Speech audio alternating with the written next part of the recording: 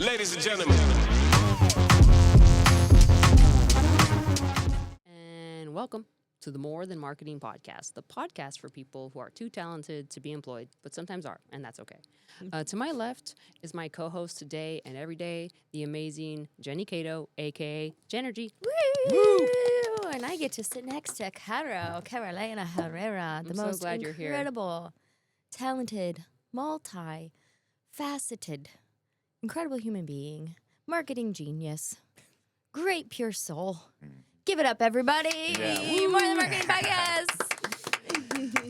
And we are excited to welcome back John Mabry. John Mabry is a previous Hollywood actor turned motivational speaker. He's gone through the highest highs and the lowest of lows, and he's come back every single time, like a true comeback kid.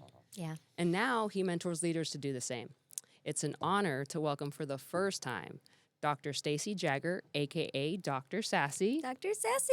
She is on a mission to help families and businesses reconnect in real and meaningful ways. John, Dr. Sassy, welcome to the show. Yay! Thanks for having us. having me. So grateful you are here. Such an honor to be here. Thank you. The powerhouses, Yeah. the stories, the things that they have been through, hells, lows and highs, and now massive missions. I'm so happy that we can sit down with them. So what did you think when we started the Instagram message and we're like, hey, we're strangers, but we want you to come hang out with us and talk? I'll hang out with John anywhere. So Cool. I had him come pick Aw. me up at my office, and here we sit. Yeah. So, Besties. yeah. Yeah. Just an excuse to hang out. So thank you for giving Yeah. us an excuse to hang out. He feels like Yeah. a brother to me. Otherwise, truly. she's so busy. But Well, Yeah. you know, I put on my private investigator hat and I went digging deep into the past of Dr. Stacy Jagger. And by that, I mean, I went to Instagram and I went all the way to the bottom. Oh. And then I Oh. started, you know, so it was so cool, like to see you and your husband Mm. and your children like grow, be born and grow, and you know how the family changed and matured. Like I got to watch all that, you know. And so from the outside looking in, you would think, I think most people would think like, wow, this family has it all together. They're perfect. You know, they're the parents' families or backgrounds are probably perfect too. Just a perfect picture life. But I know a little bit more. Been on the planet for a little while, so I feel like that's probably not the story. So what is the story? How did you evolve to who you are today? Oh, gosh. How long do we Oh, I know, right? Well, okay, so I was born and raised here in Nashville. I'm one of the unicorns, and my father was a lifetime alcoholic, so I was evicted 15 times by the time I finally left home at the age of 16. And a beautiful real estate agent took me into her home my senior year of high school and let me live with her and her family. And then I was a camp counselor with Camp Sycamore here in town. I lived in a tree house between my senior year in high school and my first year in college. Ended up in a mental hospital at age 19 after having just fell into a very deep clinical depression. Was looking at, you know, this wall, that wall, the ceiling, and just slept until I ended up at the Minirth Meyer New Life Clinic in Atlanta, Georgia when I was 19, where I tried to take my own life. And because I could not, my husband and I laugh about this now, I could not figure out how to get the belt around the shower head because my technical skills are terrible. I threw the belt down, went to group therapy, and that was 32 years ago. And I've really spent my whole life healing from a very challenging childhood situation. And I've turned that, you know, skill of, you know, really transforming pain into beautiful things. I have really created a situation where I'm able to give that to other people through my practice, through my coaching clients, and now speaking and being more public about who I am. My mom passed away a couple years ago. She lived here in town, and I've shared my story, you know, in my office for many years, but just didn't want to hurt her. And she passed away when she was 80. And when she passed away, I'm either crazy or I heard her say in my ear, fly, baby, fly. Oh, yeah. And so that Wow. was 2 Yeah. years ago in Wow. February. And I now Wow. feel very open and willing to share, with anybody that can benefit from where I came from. So, I get that. I Yeah. get that 100%. Every time I post something, I hope my parents don't see it. yeah, that loyalty to mom Yeah. is it's deep. Yeah. Yeah. No, it Yeah. really, really is. And along going through the journey of your kids' upbringing, you have a beautiful family, by the way. Thank you, Carolina. I think a lot of people don't really focus on family because Mhm. everyone assumes all families are dysfunctional. Have you ever heard anyone say that? Like every family is dysfunctional. And it's kind of become the norm. Mm. And coming from a family that was dysfunctional Yeah. and learning through your social media pages, one thing that resonated was connection. How, like, that is one thing I never got. Like a mom and a dad that took the time to sit and do puzzles with me or connect with me because they were so busy. Great providers, always had everything, house, cars, allowance, all those things that you would want, the newest video games that came out. But literally, I was raised by cable television, a box of pizza, and a video game console. So I think the work you're doing is incredible. Thank you. But what do you think is the biggest mistake that parents are making right now? So, a big part of my platform is digital detoxes because I don't think people realize the history of screen time. Back in the 40s, 50s, a screen was designed really and originally to bring a family together. And then over the years, we're all on our little devices in our rooms scrolling alone. I don't know that that was the original intention of screens. And so the one intervention that I've tried to do in my own life and then with the people that come to see me is a digital detox. And to be honest with you, because I was raised in alcoholism and it was crazy town, I quit smoking when I was 9. Oh, my. I used to steal my father's cigarettes, his Cool quit. Light 100 menthol Wow. cigarettes, and, would steal his Schlitz beers. He drank 36 Schlitz beers every single night. And I was raised in front of, Let's Make a Deal and Price is Right and The Jeffersons, Archie Bunker, like all those shows. They called me the walking TV guide as a kid. So because, of the way that I was raised when I started having my own family, and I married a Mennonite.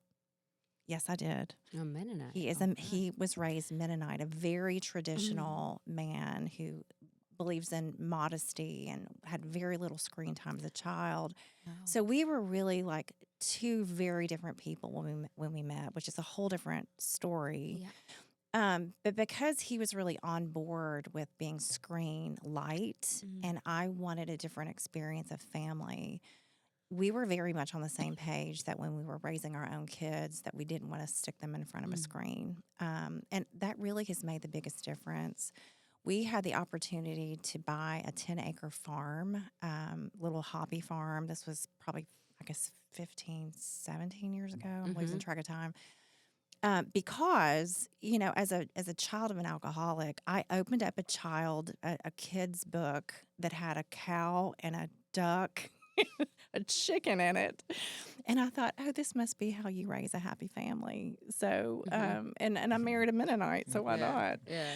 And so we bought this cute little farmhouse that nobody wanted and started having gardens and chickens. And, my kids were milking cows when they were little. And I really had the opportunity. I talk a lot to parents about having the opportunity to have a second childhood. Like it's never too late to have a happy childhood. And in many ways, that's what I did for myself. Yeah. I thought I was doing it for them, but I looked back and realized I was really kind of doing it for me because I didn't have, the first 12 years of your life, that's your childhood. Yeah. When you turn 13, you're no longer a child. So once you're a 13-year-old, you're not a kid anymore. You're developing into a young lady, a young man. And so in many ways, I reparented myself on that cute little farm that we had the opportunity to keep. So we still have it. That's where I do my intensives. And see families, screen-free retreats, and lots of entrepreneurs that are just buried in work and scaling companies. I was shocked when I opened that place up to see families for intensives and really high-performing people that have $5 million homes that come home, come to this intensive in a 3-bedroom, 1-bathroom, cute little 1887 farmhouse and are just so relieved to have a breath of fresh air. And, and there, I have an old camper. We named her Bessie. That I don't have the heart to throw into the lake. Quite honestly, it's a vintage camper that we renovated. Yeah. But so I don't know if that answers your question exactly, but in many ways, I just needed a second childhood, and I feel very healed from it, to be honest. Yeah. Yeah. It's all surrounded by nature. There's a self-healing element to nature that I think people don't realize. Yeah. If you can step away from the screens, people think I'm anti-screen. I'm really not. I can't. The thought of having to look at a map again, I don't ever want to have to look at another map. Lost. I thought the same thing. That's why I didn't bring my iPad. I was like, pen and paper. Don't want to get on a bad side. So, long story to your short question is, if you can wrap your head around about a 4-week period of time of stepping away from the overuse of screen time and really replacing that time with connection, movement, creativity, nature, then you have an opportunity to really have what I call the art of screen time, where you can use it where it's the dessert of your life and it's serving you rather than being a slave to it. Yeah. Totally. Yeah. So that's the one thing. Would you say it's never too late for any family, no matter how old their kids are now? 100%. My mom she got into Al-Anon. I think she was 50 something and really started to get healthy when I was in my 20s. And the transformation I saw in my mother, even though I was a grown woman, absolutely trickled down to me in many, many ways. So I don't think it's ever too late. No. I mean, if my father had gotten sober the night before he went to the grave, it would have made a huge difference for me. Yeah. Just one day of sobriety, I think, would have been helpful. And I've shared that with John. His story is very inspirational to me. So It is. yeah. I for a long time, I thought I was a bad kid because I was always in trouble. I was always in detention. From elementary school. That's creative. That's all that is. And just talk about, back in the day, they had, this wooden paddle that they would, whack you with a little bit. And so I went through that, and it was a belief of mine that I was a bad kid, and finally I just turned it around.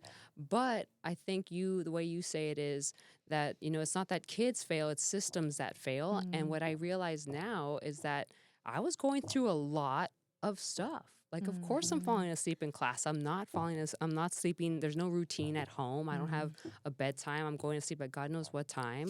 There's constant chaos in the house. So of course I'm always trying to avoid my parents at all costs. Or just I was acting out because I didn't have the words to express what was happening. But I want to dive into a little bit of how you say that it's systems that fail and not kids. And if you could give us some examples of maybe some families that you've worked with. Sure. So the idea is that a company is a system, a church, faith-based organization is a system, families are systems. And so early in my career, I was very confused because I wanted to work with children, but I could not buy into this idea of dropping your kid off with me and me fixing the problem with just the child. So as a family therapist, I really specialize in systems. So, kids can't change on their own. So the idea here is working with the whole system, and really reframing the child to be the family hero rather than the problem. And being able to work with the parents just as much as the kids is really a more sustainable way of working with a child, in my clinical opinion. And over the years, I in the very beginning of working with people, I will say, if you want to drop your kid off, this is the wrong office because I'm going to be working with you just as much as I'm going to work with your child. And sometimes doing the reparenting piece with the parents it is really more of the fix than me needing to work with a child, you know. And so I really make that clinical decision early on, but I let everybody know that I'm a family therapist, an executive family coach. So I'm going to be working with your family, Yeah. not just your child, for many reasons. And with some exceptions, sometimes that's not possible. Yeah. But for the most part, in the population where I'm serving, it's usually a possibility, you know. So it's a little different than a purist child therapist where they're just working with the kid.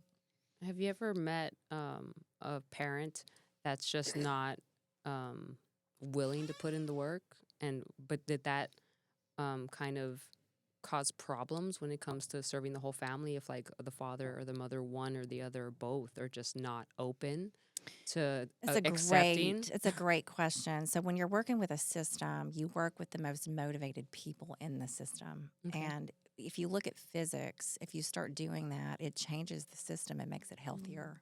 And the more healthy the system gets, the more compliant the non-compliant ones become. And so I typically work with the most motivated parent, especially in a divorce scenario. And then magically, usually, the other parent becomes willing. But if not, I just work with what I can, you know. Yeah. Do what I can with what I can. Mm-hmm. Yeah. You have a lot of like systems. I have read about the blackout method. That would be the disconnection from Screen time. screen time. Yep. And I've read about the mountain method Uh-huh. as well.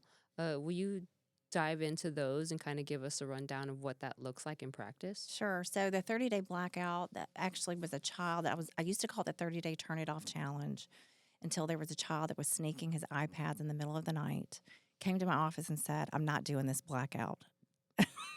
I was like, "Oh, that's a great little I like that boom. word. twist. Done. Yeah. Named it that. So I started implementing a 30-day digital detox about 15 years ago because I lived in a non-electric cabin with my husband in our early 20s, lived completely off the grid for 18 months. And it's when my nervous system regulated for the first time in my life. Because of the way I was raised, my nervous system was shot. Yeah. So because, 15 years ago, these phones and iPads started coming, to be popular with children, they would come into my office with all the kids on screens. And because of my experience living non-electric, I knew the one thing that I could do would be to inspire a family to allow their children to step away from so much screen time in order for the family to reconnect. And that's where the 30-Day Blackout book was born. Dr. William Sears, who wrote the baby book, was very gracious into writing the foreword to that book and has been very supportive of my work for a long time. The misnomer is that you're going completely Amish. I mean, you're not. You're not, You're because saying, nobody let's can. just chill on it. Unless What we you're need doing, to. what you're doing is sitting down and saying, you know what, this has gotten a little out of control. We're going to focus on connection for a month. Yeah. We're going to pull away from anything we don't need for school and work. So any apps that we don't absolutely need for work, school, we're going to pull those away.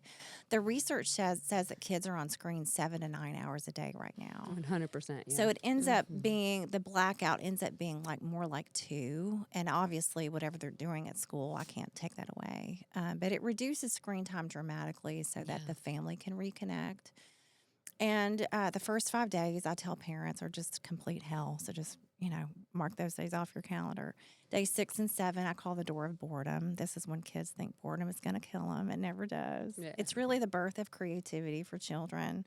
The next 3 weeks after that, I inspire families to pull away from entertainment, because a lot of parents are like, well, we'll go to Chuck E. Cheese on Monday and we'll go to Sound Waves on Tuesday. Like, let's pull away from entertainment and get simple about connection. Yeah. So that's when kids become willing to do things they weren't willing to do before, like chop vegetables with mom in the kitchen, go for simple family walks and bike rides and put puzzles together. And, a lot of kids, will want to play the piano or the ukulele. They'll put puzzles together like you were talking about, Carolina, like the things that you would have done if you thought about grandma's house, which my grandmother was honestly my saving grace. She lived in Malvern, Arkansas, and that's where I went every summer. And cute little white house in the middle of nowhere that a lot of my most favorite childhood memories are in Malvern, where we did very simple things, like make old-fashioned ice cream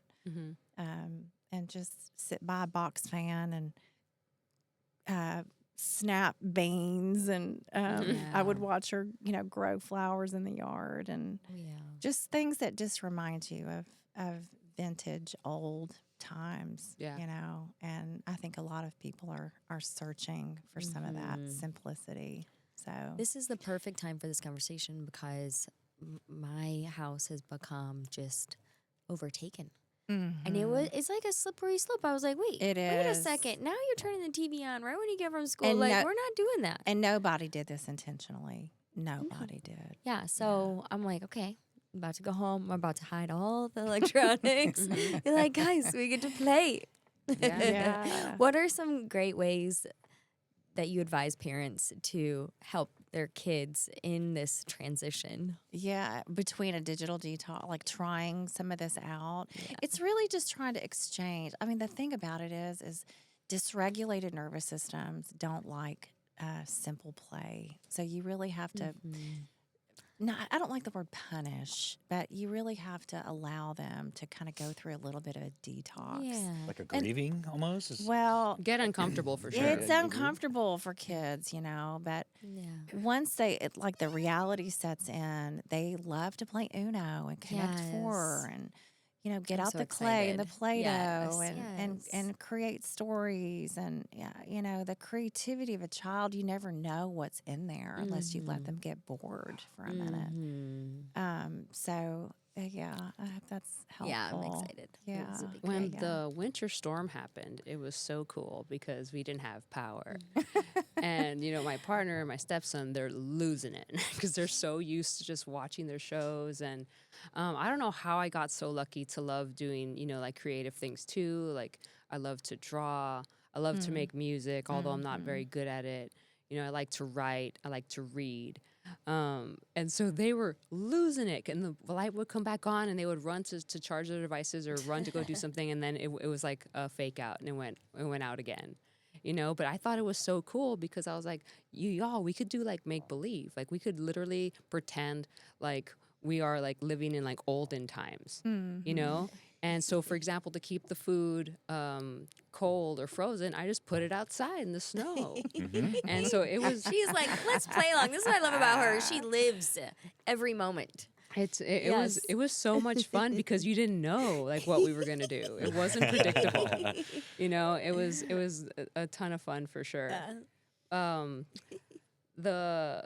One of the questions I had was a piece of advice. So let's just say that you get one more opportunity in this world to give just one piece of advice that every single adult and child will hear. What would that one piece of advice be?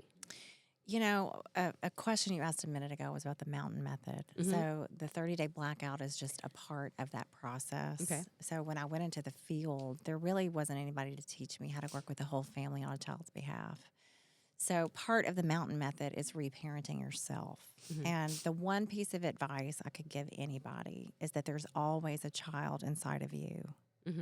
She never goes away. She's always in there. There's always a 2-year-old part of me. There's a 5-year-old part of me. There's an 8-year-old part of me.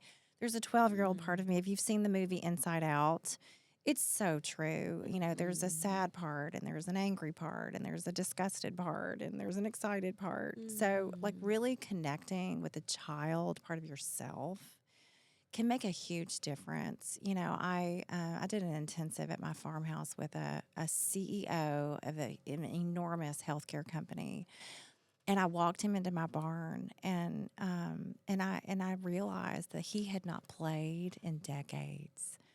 And I ended up putting him on a tree swing, and I swang this man on a tree swing. That's awesome. And I said, do not get out of this tree swing for 5 minutes. I am going to time you. And just to see the light come back into his eyes, that twinkle in our eyes is the child part of us, Definitely. And when that's dimmed, there's a happy, joyous, and free part of you that's missing, and that's typically the child part of yourself. So I don't know how long Methuselah lived in the Bible, like 900 and something years. So I think it's fair to say that we're all a bunch of kids. We're all It children. is true. Yeah. I love that. 100%. It's such a different reframe because I feel like I've been looking at my child self and like, where did she feel lost or lonely, and speaking to her and thinking that I'm just going to grow her up so that like I can be aligned and be my adult. I mean, I'm always going to be like child, but like to think about it doesn't go away. It's always there. I'm trying to grow her up. Like, it's okay. Love you. Okay, now let's grow up. But she's always in there. Yeah. Sometimes I have to find the inner adult in me. The child is alive and Yeah, well. I know, right? Yeah. What is this adulting thing, anyways? Yeah. Yes, it's a trick, everybody. Yeah. Yeah.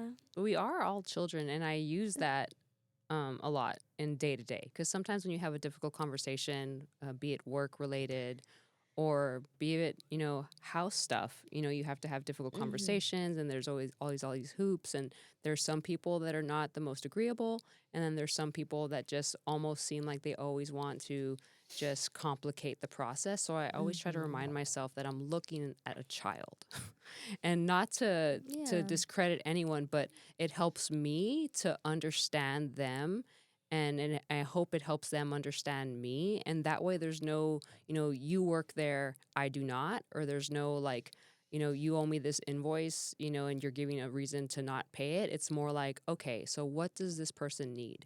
To really understand. And that really helps me to not think that anyone's out to get anyone.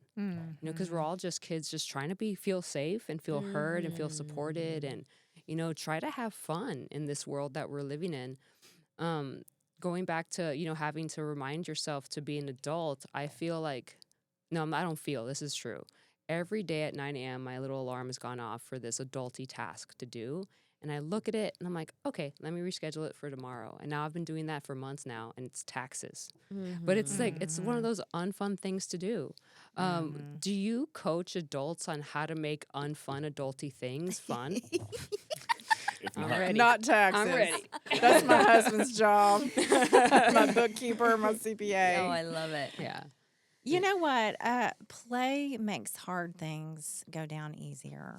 And so, like 5 minutes of play is a great thing. And I'll do something fun with you. I'll be Yeti. You're going to be spaghetti. You Okay. ready? Now I'm going to use different voices saying Yeti. You're going to match my voice saying spaghetti. Okay. Okay. I can do that. Yeti. Spaghetti. Yeti. Spaghetti. Yeti. Spaghetti. Yeti. Spaghetti. Yeti, yeti, yeti, yeti, yeti, yeti. Spaghetti.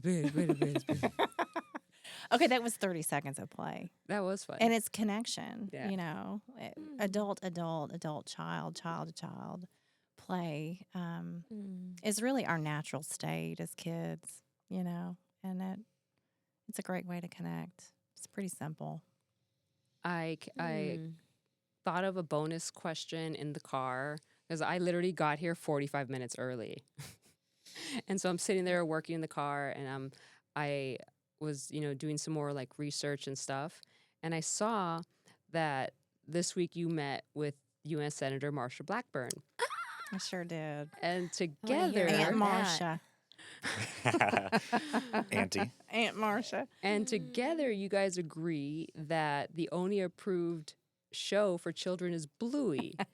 And I thought that was so interesting. Would you tell us why? Well, in chatting with Marsha, we were swapping stories, horrible, just tragic stories with kids being harmed online. One being, she was sharing with me that and I shared this with John, a 15-year-old had met a friend online to me, and the mom, I think, took the child, the 15-year-old, to the mall to meet this friend that ended up being a 40-year-old man that met her at the mall, gave her a pill that had fentanyl in it, and she was immediately fell over and died at the mall.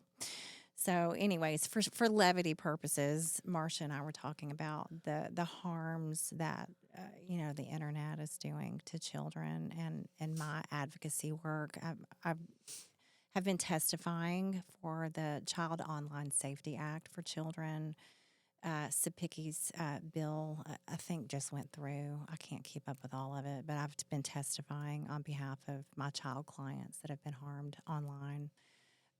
So, for levity purposes, Marcia and I were talking about that the only child, friendly, not harmful shows like Little House on the Prairie, Bluey, and I've like maybe 3 others. So she's a grandmother and watches Bluey with her grandkids. Have you seen Doggyland? I have not. Is it a good one? I mean, I like it. The child in you likes it.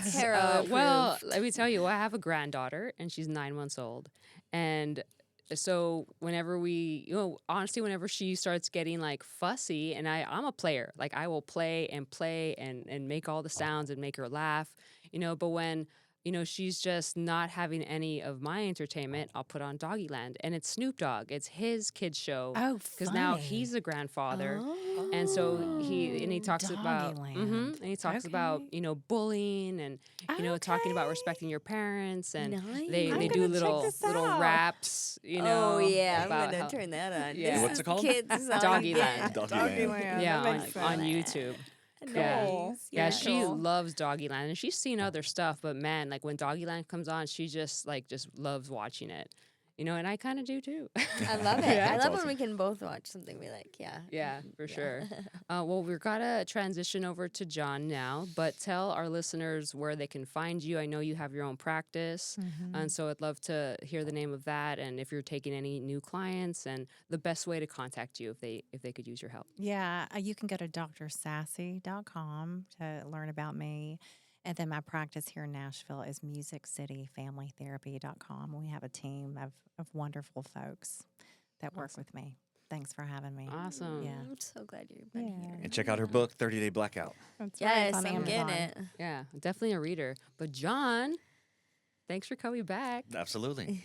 And you've Pleasure. been through a lot, and you kind of inspired me because, talking to you and hearing you talk about yourself, I think that was the first time I had ever told anyone in Nashville that I too have gone through like addiction and alcoholism. And that was during our conversation on the podcast was the first time you had even ever heard about that. Yeah. Are you serious? Yeah. Oh my gosh, wow. Like when I Look moved at here. that. Yes. Yeah. And so when I moved here, it was like, like I didn't know anyone, no one knew me. And, I didn't think it was important to, really talk about it.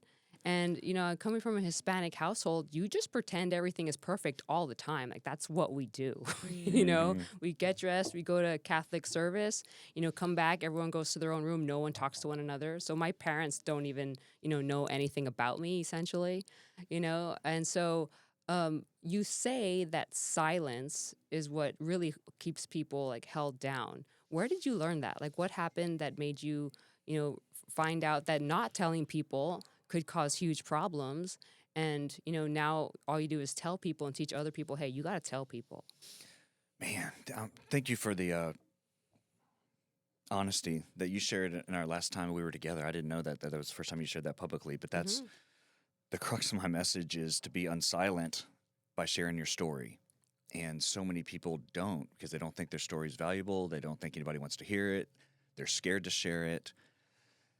Where it came from for me, where I learned to be unsilent, is out of sheer necessity to stay alive. And so I was involved in a car accident in March of 2000, killed a friend of mine. I had 14 procedures in a year, had my leg amputated below the knee, ended up getting a master's in counseling, stumbled in some acting and stunt work.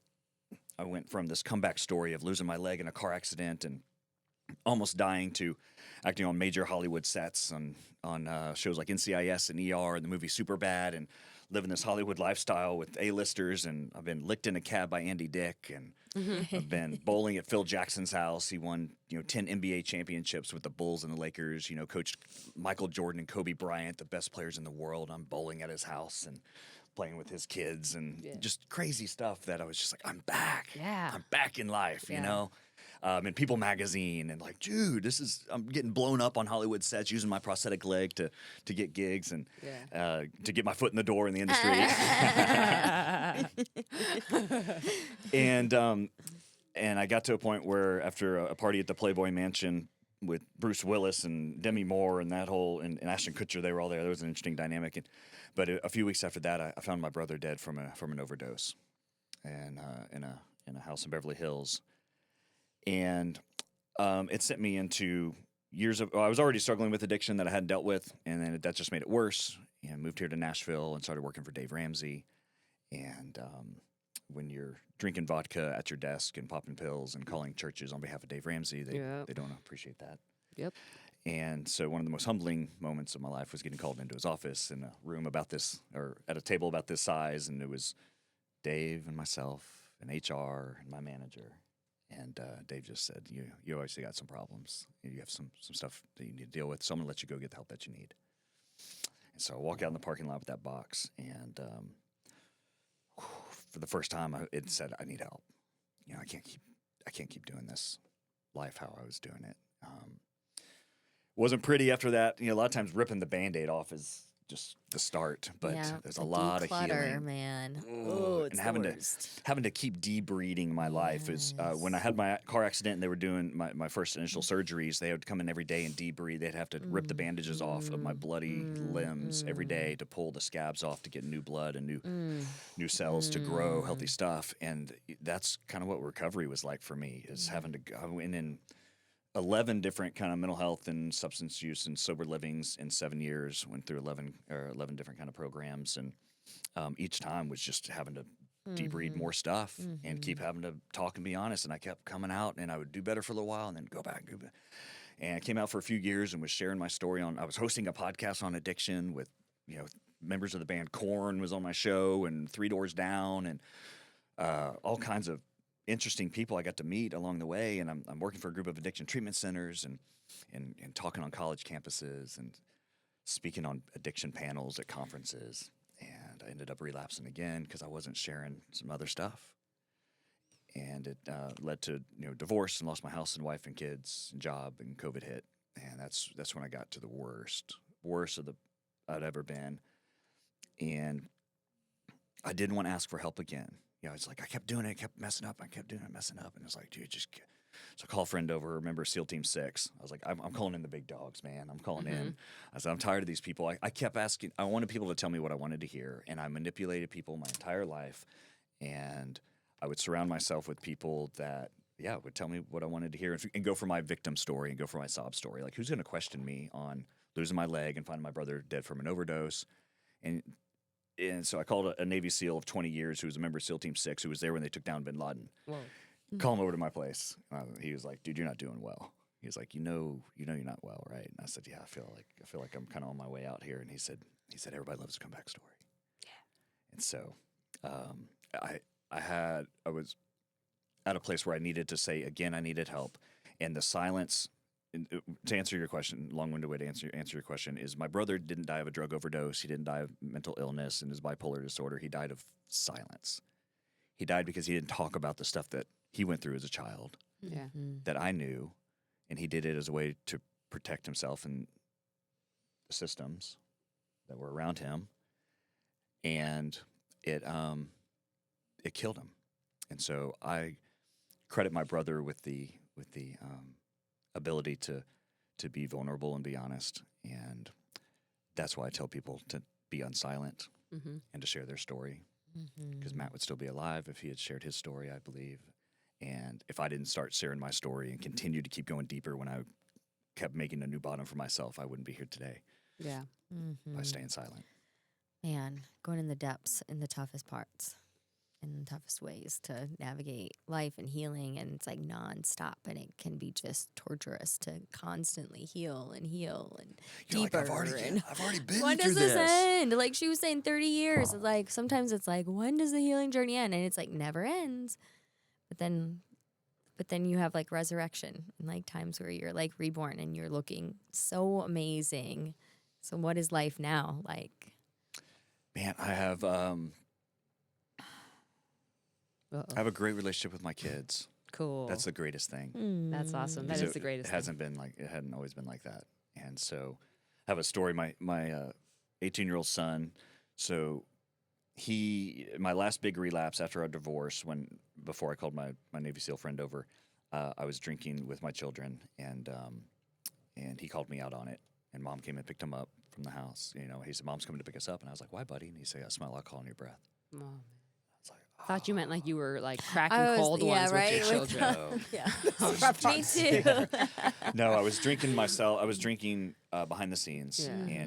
and he was 12 at the time, and he called me out. And so it you know, Wow. 12-year-old having to babysit his little brother and sister because his dad was such a loser. And so fast forward to today, and I have him every other weekend. And several weeks ago, he was out late with his girlfriend, and I just wasn't thinking. I just locked the door and went to bed. And the next thing you know, he couldn't get in the house. He couldn't get in the house, and he ended up going. I live 2 miles from his mom's house, so he ended up going to sleep in Mom's house. But he was like, he tried to break into my home Whoa.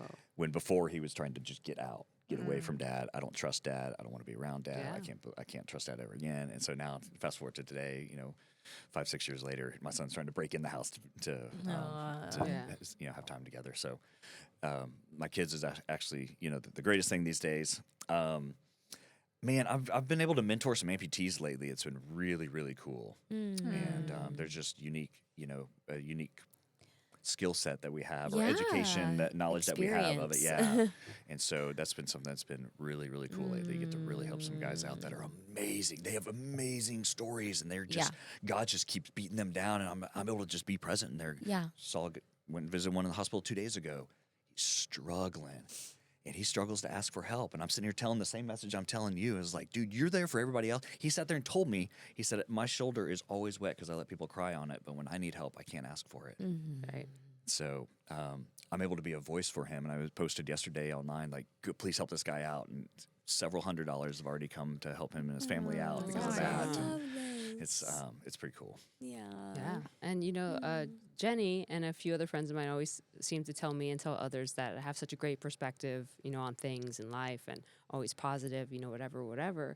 But I feel like I had to learn how to love life as it is. Like you just, and it's all about perspective. And it was because of having to stay sober. Because my mother was an alcoholic. And so I thought that's just what life was. Like, you just drink. That's what you do. So, 14, 13, 12 years old, smoking cigarettes, drinking wine coolers, so in middle school, I thought I was the coolest kid. And my friends thought I was the coolest kid, too. You still are. But then you have to, now you realize that you're an adult and you've never learned how to cope with feelings because you would just make them go away. And just, go have fun, So it's been the past addiction I've dealt with was what really got me to really dig and figure out, how to protect this at all costs, and just always see the positive and realize that every experience we have in life is a gift. Yeah. Every time. Because when you believe, because it's all about beliefs, when you believe that everything you go through in life is a gift, you see it that way and you experience it that way, and then you just go the rest of your life just opening presents, because everything is just has to be that way. So I really do feel like we are both blessed to have gone through that stuff, because we have experience and we've had to really get good at keeping ourselves safe and ourselves healthy and happy. Don't get too overstressed. Don't get too overtired. Don't let yourself get too hungry. But you've been on both sides, like the ultra mega super successful, perfect life. Like, I made it. And then you've been on the other side of just I've lost it all. I've lost it all again. Do those two worlds have anything in common, you think? Yeah, absolutely. So being in Hollywood and doing that whole thing, and then I ended up living in a double-wide mold-infested trailer off of Trinity Lane on the banks of the Cumberland. Whoa, I've been there. Yeah? I Yeah, used to go to church there. Trinity Lane?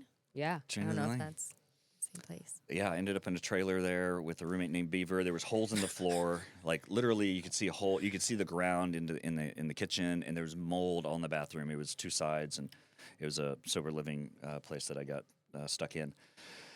And to see the two worlds of oh my gosh, they're both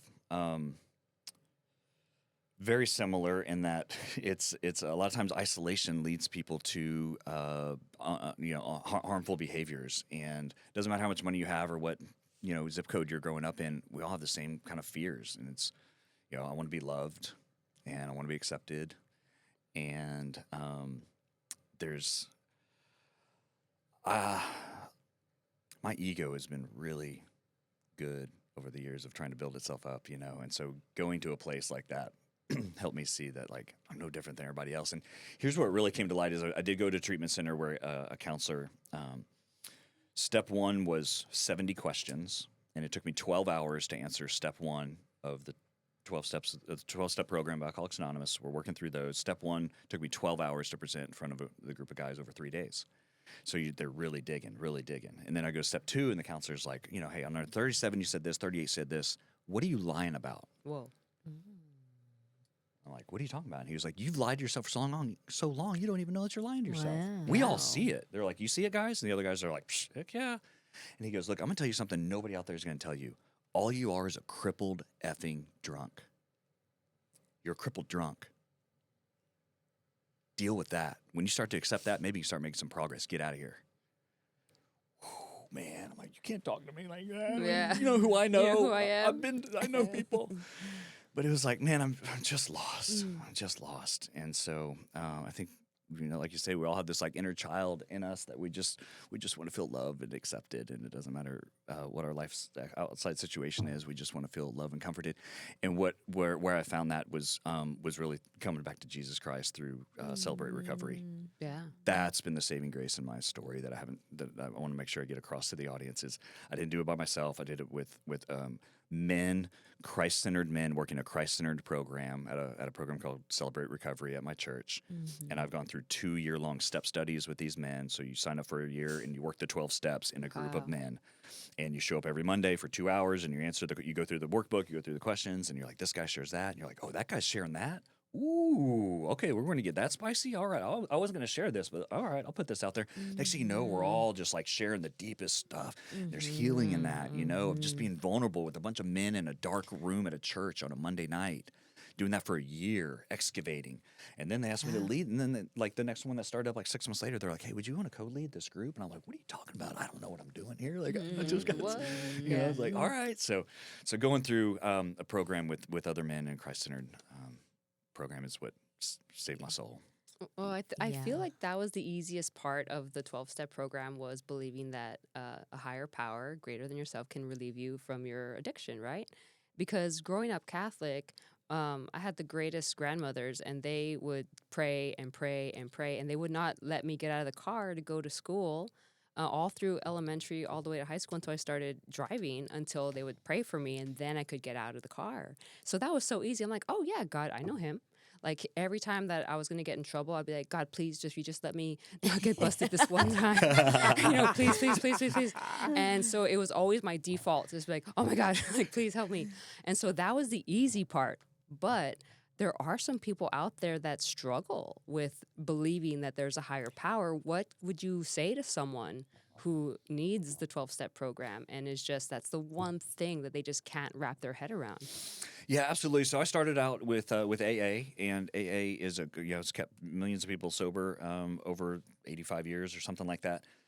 It's a great place to start because you can pick a higher power of your understanding. And for some people, it's the sun. For some people, it's Buddha. For some people, it's the group itself. So I found it very inclusive, and I grew up in the church. I grew up. My grandfather went to Bible college with Billy Graham. They were friends throughout their entire careers. I was baptized by my grandfather, was known around the world, but I didn't have a personal relationship with Jesus Christ. And so I explored all the other things when I went to AA. And next thing you know, I went to a spiritual retreat in Bali, and I've trained in transcendental meditation and done neurofeedback, biofeedback, all these different forms of therapy to try to just see. And you don't have, for me, you just have to have a willingness to be willing to believe in something greater than you. You don't have to believe in something greater than you is out there. You just have to have a willingness to be willing to believe. You know, it's like have the faith of a mustard seed. You just have, it's just something. There's got to be something bigger than me out there. Because when I try to run my life, I run it into the ground. There's got to be something bigger. So for some people, it's the group itself needs to be their higher power for a period of time, and then people grow from there. For me, it was ended up going back into church. So if somebody out there just start with a belief of, can you have a willingness to be willing to believe something new? Okay. So like let's just say cuz faith I feel is a big thing that people struggle with because, people are intelligent and sometimes they think they're so smart that they have to um learn first what all that is, but faith, how can you really teach someone like what it is? Like no, you have to believe it even though there's no proof. There's no proof that he's here with you. He is, and you just have to like trust me.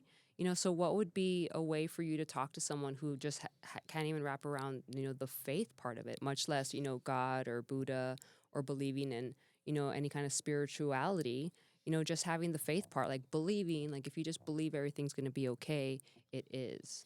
Have you ever worked with someone that just like the faith ideas? Because sometimes people go through a whole life of just horribleness. So they can't believe that there's a God because why would he let these horrible things happen, right? Mm-hmm. And so have you ever worked with someone who just can't even understand the concept of faith, like believing in the unseen? I don't know that I have. I don't know that I have. Kind of grown up in the church, like I said. I,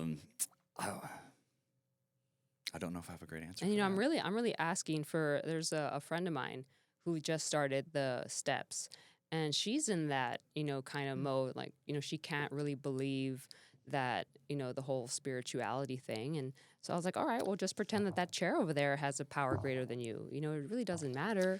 It's almost like taking action. Can you take some? Maybe you can't believe in faith and you can't believe in something that you can't see, but can you believe in taking some actions? Can you believe in being mentored or being taught, being coached in a program? Can you believe in prayer? Can you believe in, or can you take an action toward prayer? Can you take an action toward being of service to somebody else? That's a great way to get started, is to just go be of service to somebody else. Right, you're getting out of yourself. Yes. That's like the thing. That's a good point. Like just take the action I like that. without knowing if it's going to work or not. Just take it. Yeah, Mhm. that's a good a one. faith and trust, and because that's really people get sat down and then stagnant. And it's just moving forward. Yeah, and then if nothing else fails, or if everything else fails, move your body. We were talking about that on the way here. If Yeah. everything else in your life is failing, there's movement, body movement, getting outside, being in nature. Yeah. Movement, creates physical movement, creates emotional and spiritual movement, and a lot of us just sit in front of the screens all day long. We don't move, and so if Right. everything in your life is stuck, go move your body, and that's Yeah. when things can start to. That's how things. One of the things that helped me get out of my real bad funk is losing 55 pounds. Was I had to go back and just start with, I'm going to get on the bike for 3 minutes before, get on the stationary bike for 3 minutes. Just start with something. Mm-hmm. So if there's someone out there who's carrying something silently and struggling silently, and you have an opportunity to tell them something that they need to hear, what is that? I would say that your story matters. Your story needs to be told, and it doesn't have to be told to the world. You don't have to go on the More Than Marketing podcast to share your story. You don't have to go up in front of a stage in front of corporate executives to share your story. You just need to share what's going on with you with one person today. Cool. That's easy. Just start with, what's the one thing that's holding you up? And a lot of times people, I would find myself just admitting to like this, just the surface level stuff. Like, oh, I got to stop eating ice cream at night. And so, start there. Just go, man, I'm really struggling with my diet right now. Start there. Yeah. If you can go a little bit deeper and say, a lot of times I like talking about adverse childhood experiences. And even though I had these traumas later on in my life, when I went to a trauma-specific therapist, she brought me up. She was like, what happened to you as a kid? And I was like, oh, nothing. Everything was fine as a kid. And she was like, fine. something happened that set the tone for how you reacted to your amputation and your brother's death. What was it? And looking back on it, I had childhood trauma from medical trauma. I had ear surgeries as a kid. I had transplanted eardrum and prosthetic bones put in my ear. I had to fly out of state for this crazy surgery. And a lot of times there's childhood stuff going on. The little child within us is injured early on, and we just cover it up and we learn to mask it. And in high school, I was named class clown, most outgoing, most school-spirited, best personality, and it was all a facade and all a mask to cover up what happened to me as a kid. Yeah. And so a lot of times, if you can share, maybe if something happened in your childhood that you never thought really was a big deal, can really change your life. It did for me. And again, you don't have to share your story with the world, but if you can share it with one person. And if you don't have anybody to share it with today, anybody out there listening, feel free to DM me. I'd be happy to hear your story and happy to pray for you. Yeah. Awesome. Well, we're out of time. So you got to tell the world, where can they find you? Find me, John Mabry, on the social, John Mabry Connects on Instagram, johnmabryconnects.com. website, and those are probably the two best places. All right. That's a wrap. Thanks, guys. Thank you. Thank you. Thanks.